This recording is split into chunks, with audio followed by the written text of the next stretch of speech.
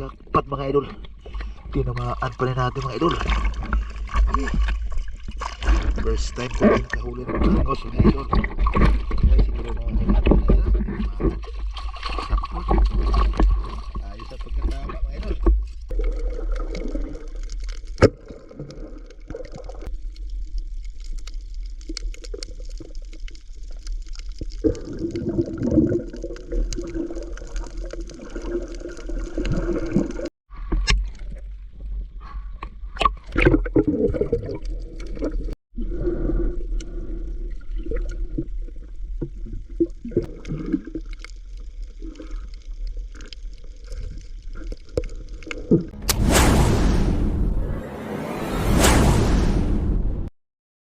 Yun.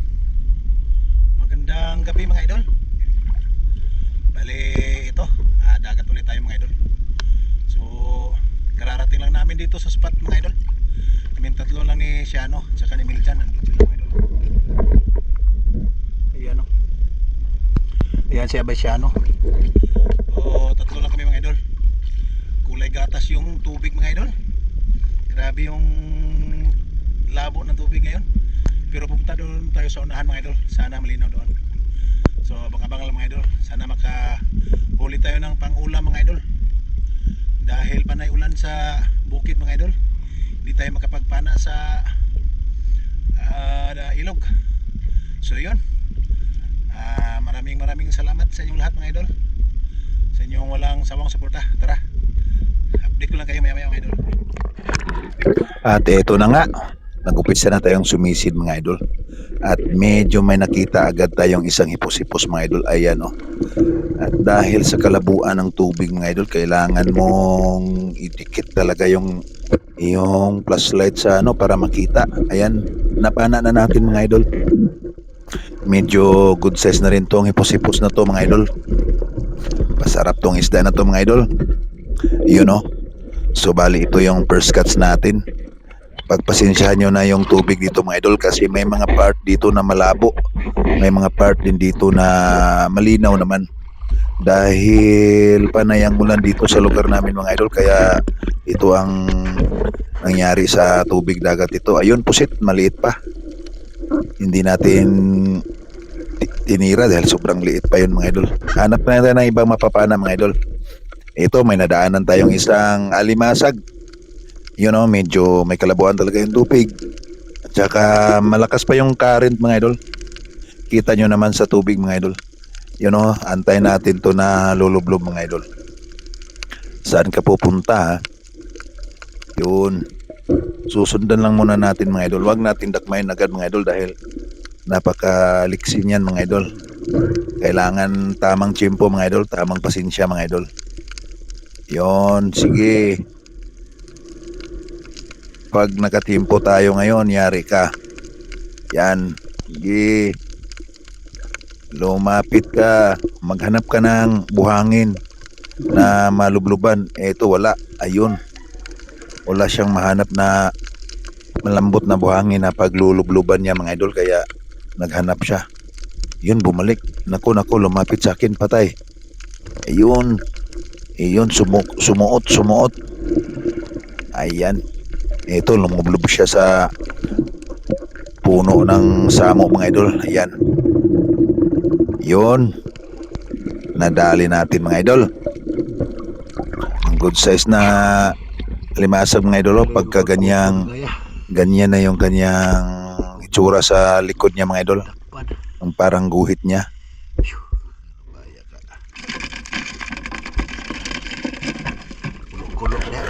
Ito pa. Ito, medyo malaki-laki ito mga idol. Tingnan nyo yung kanyang likod mga idol. Ayan yung guhit ng kanyang likod mga idol. Parang biguti ng hari mga idol.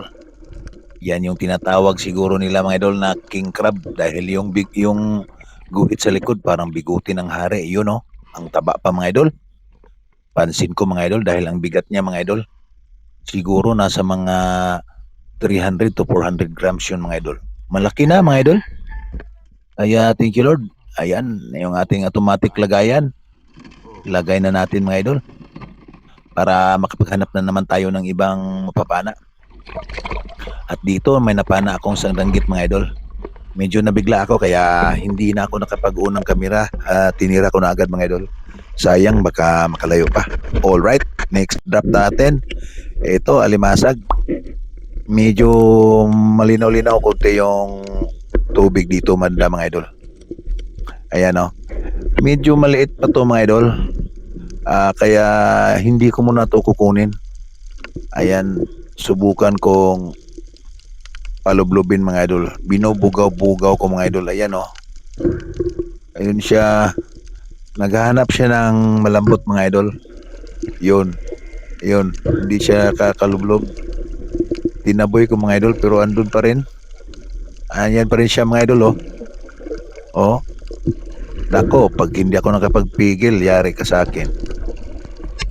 Saka na lang natin balikan pagka malaki na. Ito naman, sa maral naman yung nadali ko mga idol. Pagka ganito malabo yung tubig mga idol, hindi ako makapag-unang kamera. Kaya panailit yung kuha natin. Pero di bale, importante mahuli natin yung isda. Yan, ilagay na natin sa ating lagayan mga idol. Yung oras pala nito mga idol ay nasa mga alas 9:30 na ng gabi mga idol.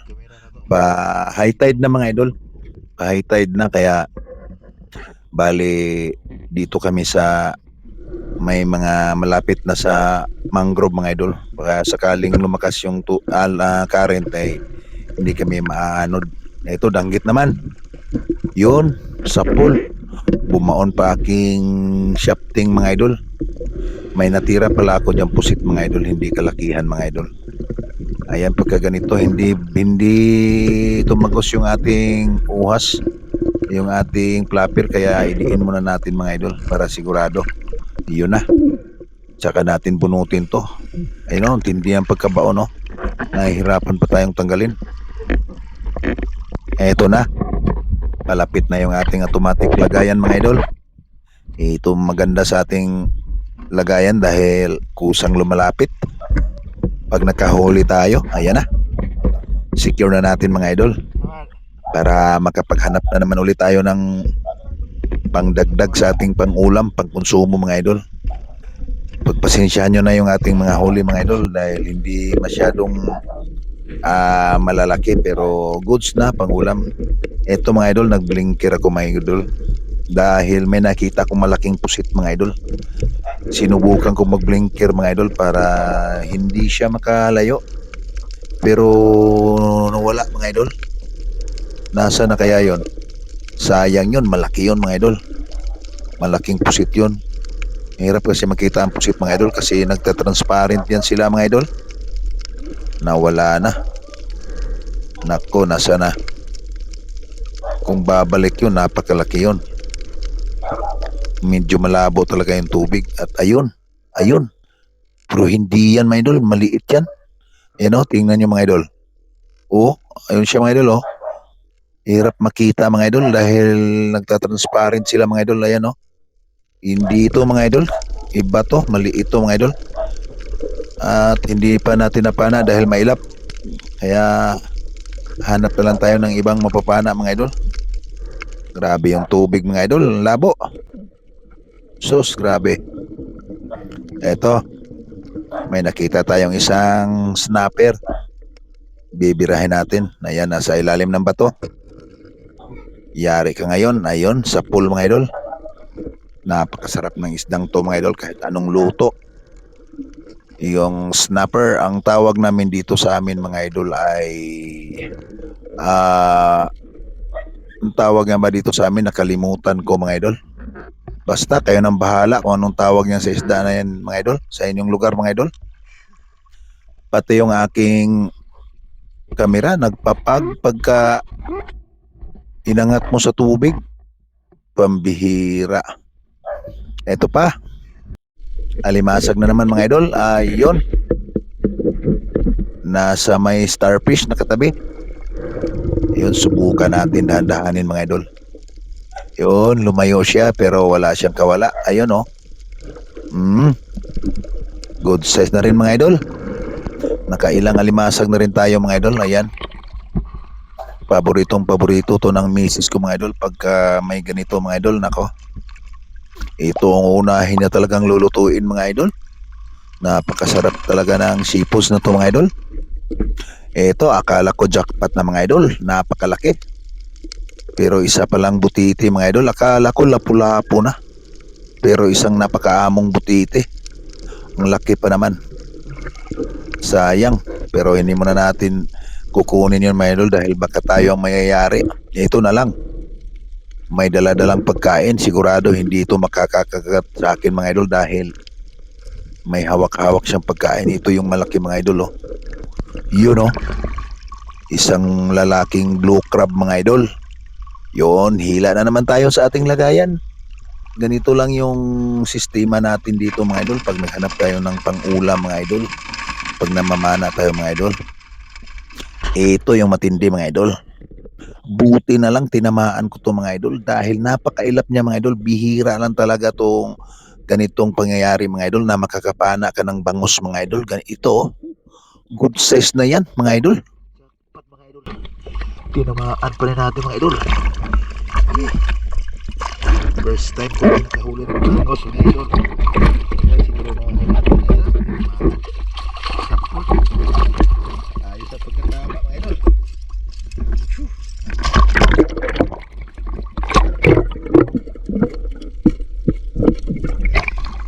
Good size. Ayan na. First time natin to. Makadali na bangus. Mabuti na lang tinamaan. Swerte talaga.